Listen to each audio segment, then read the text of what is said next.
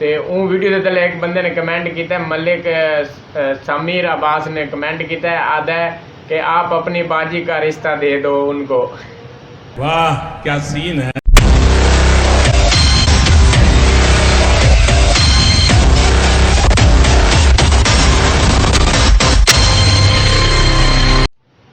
अस्सलाम वालेकुम, क्या हाल चाल है? ठीक हो? तबीयत से ठीक है? मैं मोहम्मद वसीम थे तो साढ़े पे YouTube channel Waseem Malik Cheeno. Video शुरू करूँ तो पहले साढ़े चैनल को सब्सक्राइब कर गिनो, बुला कर रहने वीडियो शुरू।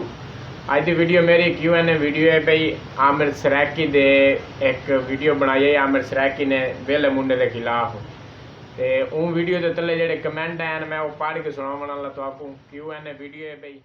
उनकी वीडियो के जवाब मैं देना पिया जी वेले मुंडे के खिलाफ वो वीडियो बनाई है ते अवाम ने जेड़ा तले मैसेज किए उनका जवाब मैं देना पिया।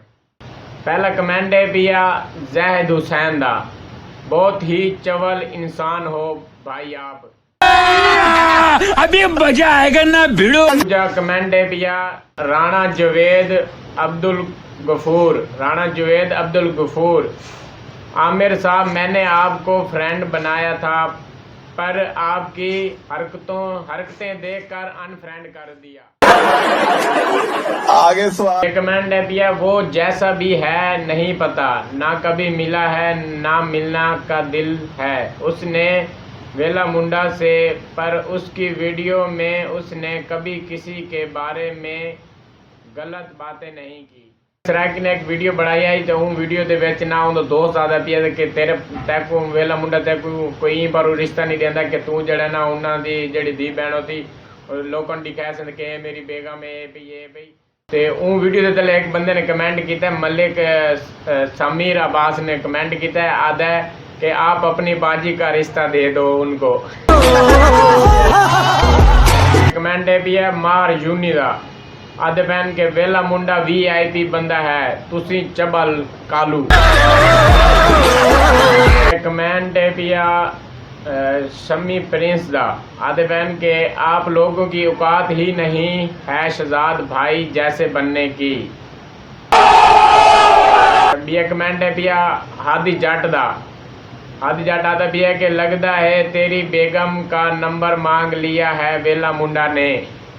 पिया अनीस मलिक दा, अनीस मलिक आधे बहन के जिसको देखो मोबाइल पर वीडियो बनाने लग जाता, ना मुंह ना मथा।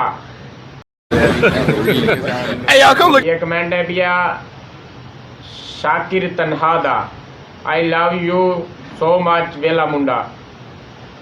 ये कमेंट है भैया बदर खान दा, बदर खान साकी दा, बकवास करते हो। अभी तो रुको क्लाइमैक्स अभी। ये कमेंट है भैया मोहम्मद इब्राहिम दा, आधे बहन के लानत है तुम पर बगैरत इंसान कुछ हया करो।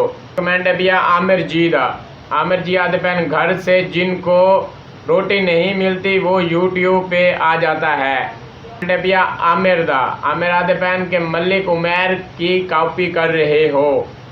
ये भाईजान ने कॉपी कर सकते हैं, बाकी ये सिर्फ ना का ना लैके वेला मुंडा मलिक उमैर का ना लैके फेमस हो बहन YouTube से, बाकी ना ये नहीं कि भाई जरा ना अपने सिर ते नहीं उठी सकते।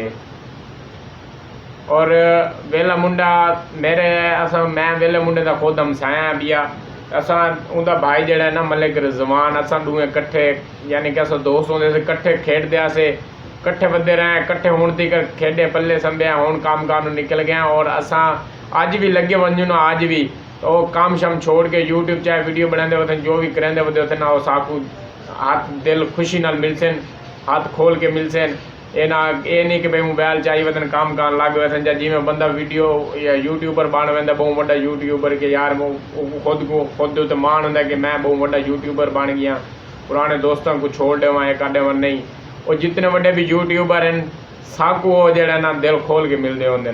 कमेंट है भैया मलिक मलिक दा, आधे पहन के शक्ल देख ले अपनी, ये भाई शक्ल ही नहीं और जो आदे ना करीमा ला के चिट्टे हुए पैन। ये कमेंट है भैया मलिक रशीद चिन्हार दा, आधे पहन के तुम लोग लूसी हो, अपनी मेहनत करो पागल, हर वक्त वेला मुंडे का नाम क्यों यूज़ करते हो फेमस होने के लिए। ਇਹ ਭਾਈਜਾਨ ਫੇਮਸ ਹੀ ਤਾਂ ਵੇਲੇ ਮੁੰਡੇ ਦਾ ਨਾਮ ਲੈ ਕੇ ਮੁੰਡੇ ਦਾ ਨਾਮ ਲੈ ਕੇ ਉਹਦੇ ਐਡ ਚਲਾ ਕੇ ਫੇਮਸ ਹੋਏ ਪੈਣ, ਬਾਕੀ ਇਹਨਾਂ ਦੇ ਕੋਈ ਨਹੀਂ। ਵੀ ਇਹ ਕਮੈਂਟ ਹੈ ਵੀ ਰੋਫ ਜੱਟ ਆਦੇ ਪੈਣ ਕਿ ਤੁਸੀਂ ਦੋਨੋਂ ਬੰਦੇ ਚਵਲ ਹੋ, ਤੁਸੀਂ ਦੋਵੇਂ ਬੰਦੇ ਚਵਲ ਹੋ। ਕਮੈਂਟ ਹੈ ਵੀ ਮਲਿਕ ਹਸਨੈਨ आदे पैन तू खुद घटिया है यार। वेले मुंडे को जितनी भी इज्जत दी अल्लाह ने वो कोई इज्जत दी है, उनके भाई को भी, छोटे भाई को भी, उनके उस तो छोटे भाई को भी बहुत सारी अल्लाह ताला ने इज्जत दी। अल्लाह ताला उन्होंने होर भी इज्जत देवे।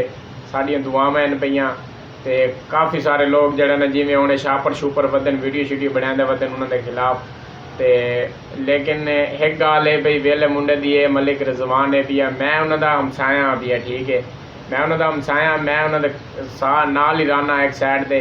लेकिन वो जितने बड़े भी यूट्यूबर हैं पे ना, असा उनके दोस्त हैं, असा उन्होंने मिलन लगे वजह तो उन्हें एक डाल नहीं आके कि यार मैं नहीं मिलता, या होंगी है बंदे को पैसे वाला बंदा हो बंदा क्या तो क्या सोच होंदियां छोटे मोटे दोस्तों को भुल वेंदे ते इज़ ग्रेट।